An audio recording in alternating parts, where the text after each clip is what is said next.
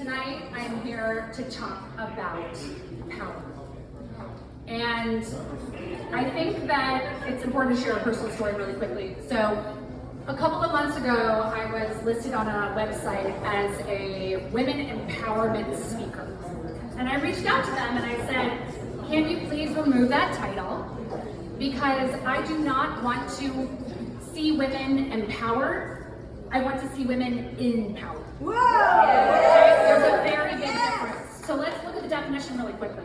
Power is defined as the capacity or ability to direct or influence the behavior of others or the course of events. On the contrary, empowered is to be given the authority or power to do something. Have you ever heard of a men's empowerment conference? No, those motherfuckers just go to Davos. Okay? So we have got to stop doing this. We have to stop empowering women when we need them in power. So I'm going to talk about three things. I'm going to talk about the state of power, shift in power, and sisterhood to power. Okay, state of power. Women are 51% of the population. We are half of the labor force.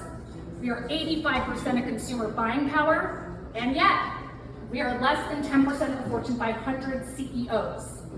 We are less than 20% of the C-suite. We have less than 2% of VC funding going to us. And that's white women.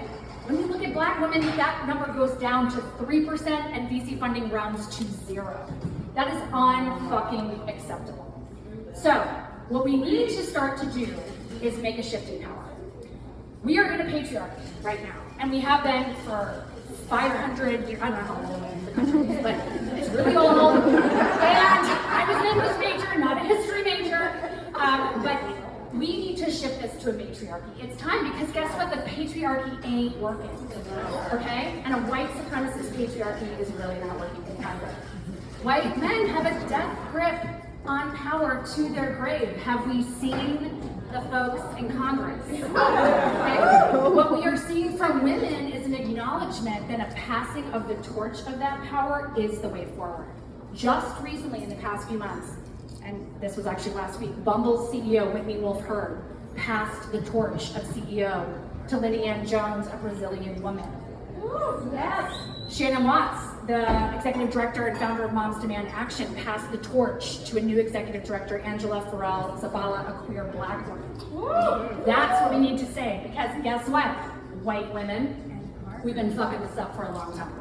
Okay? That's right. White women have a lot of work to do, because white women get to sit in two spaces when it comes to power. You get to be in the room of men and be the only woman representing all women monolithically. And you also get to be in the room of all women and be in charge. Yep. In the wrong hands, that is detrimental. So if you are a white woman who is a foot soldier to the patriarchy, get the fuck out. Okay? You are not invited to our party, you are not invited to stay, you are not invited. Okay? You're not invited. So, the sisterhood to power piece is that we must continue to celebrate each other, to pass that power on to one another, and to keep showing up in rooms like this that Rohini has created, where we are celebrating, supporting, and creating a sisterhood of solidarity, because when women have power, everybody wins. That's right.